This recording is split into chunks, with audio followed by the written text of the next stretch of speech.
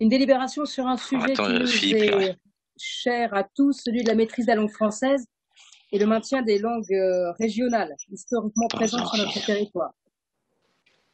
Pour notre région, c'est le flamand occidental et le picard, avec sa version plus couramment appelée les signes, qui fait partie donc de la langue picarde. Pourquoi est-ce que j'apporte cette précision? Parce qu'au détour de cette délibération, on apprend, là je cite la délibération, d'après une étude publiée en 2004 par l'INSEE, les Hauts-de-France sont massivement multilingues avec plus de 130 langues, régionales ou étrangères, parlées par les familles, par près du tiers de la population adulte.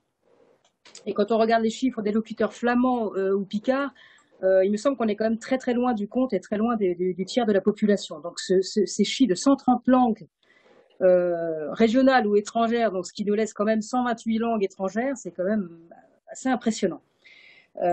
Parallèlement à cela, rappelons que dans le département de l'Aisne, où cette délibération concerne le département de l'Aisne, 18% des jeunes rencontrent de réelles difficultés de lecture, et de lecture du français, bien entendu.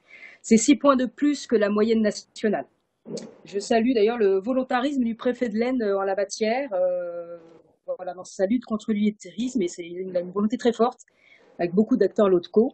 Et la convention qui nous est ici proposée, qui va participer à la lutte contre l'illettrisme en renforçant la connaissance de notre belle langue française, elle est particulièrement emblématique, puisqu'elle réunit l'État, le département de l'Aisne et la communauté de communes de Retz-en-Valois, dont fait partie Villers-Cotterêts, ville de la célèbre ordonnance de François Ier, qui instaura l'usage exclusif du français dans l'administration. Signer un pacte, c'est bien. Il faut ensuite le faire vivre sur le territoire et pour cela, la participation active des acteurs locaux est primordiale. Et c'est là, nous éprouvons une petite gêne.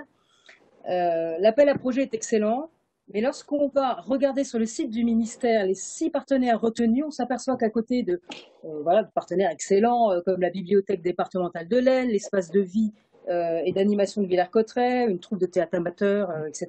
Tout ça, c'est très bien.